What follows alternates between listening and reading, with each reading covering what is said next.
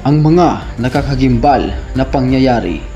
Ito na nga ba ang mga hinulaan ni Nostradamus sa darating na 2024? Kaibigan, alam mo ba na mayroong hula na posibleng mangyari sa taong ito? Oo, mga kaibigan. Ito ay hindi basta hula lamang, mga kaibigan. Ito ay nagmula kay Nostradamus, isang tanyag na manghuhula na nabuhay noong 1503 at nakapagtala ng mga libro para sa mga hinaharap. Totoo ba na ang ilan sa mga hula ni Nostradamus ay nagkatotoo na? Ating alamin, mga kaibigan. John Kennedy assassination noong 1963, The Great Fire of London, The French Revolution, at marami pang iba. Mga kaibigan, handa ka na bang makita ang mga hula ni Nostradamus ngayong 2024? Ayon kay Nostradamus, sa taong 2024, mayroon daw magpapakita ng mga kakaiba katulad ng mga alien. Totoo kaya ito, mga kaibigan? Mahigit sa 500 ang UFO sighting sa mga tropa ng militar ng Estados Unidos base sa isang declassified US government report. Ayon kay Nostradamus, mga kaibigan, hindi lang daw ito magpapakita dahil may gagawin sila sa mundo. At ayon dito, mga kaibigan, nai-invade nito ang mundo ng mga alien at kakaharapin ng mga tao. Katulad ng mga nababalitaan natin na mayroong nakikita sa mga kalangitan na ito daw ay ang mga UFO na mga nagmamasid sa mundo. At dito lamang nakaraan, mga kaibigan, sa Mexico, mayroong nakuhang mummified na alien na hanggang ngayon pinag-aaralan pa ito. Mga kaibigan, ito na kaya ang patunay na totoo ang mga alien?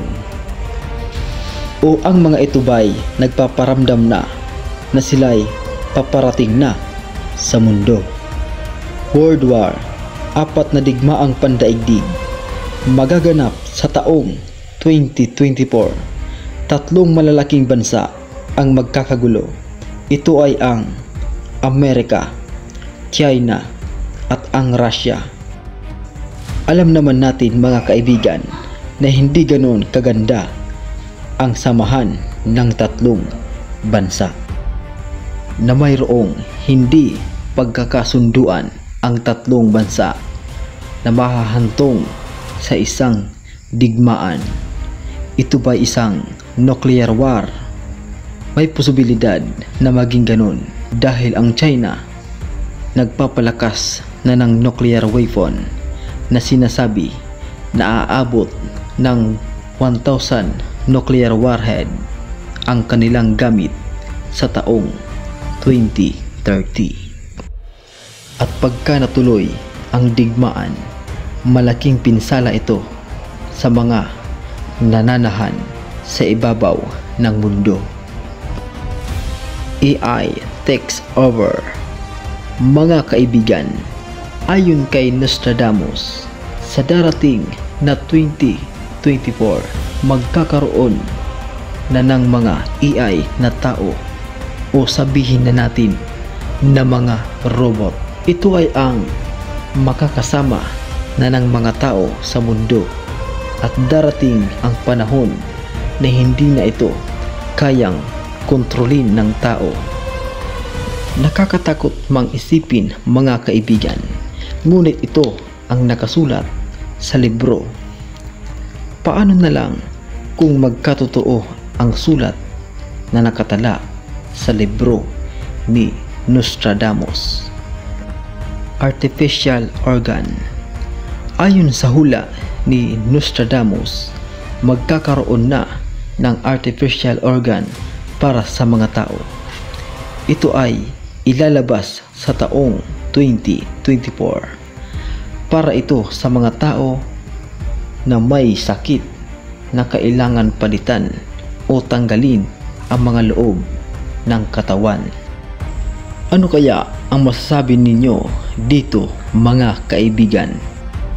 New pandemic.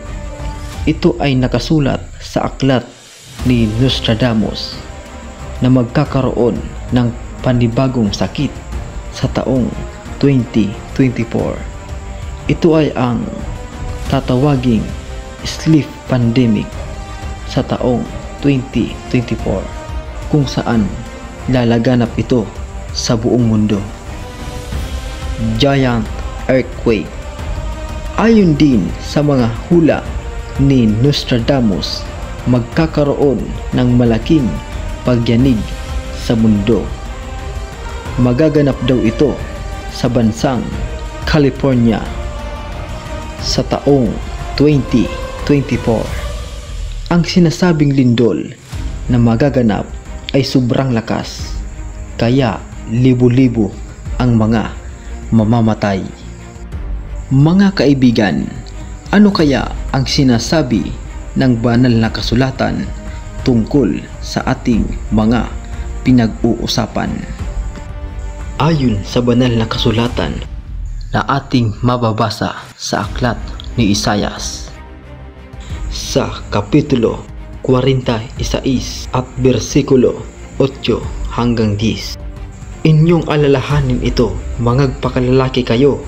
Isipin ninyo uli, o ninyong mga mananalangsang. Inyong alalahanin ang mga dating bagay ng una, sapagkat ako'y Diyos at walang iba liban sa akin.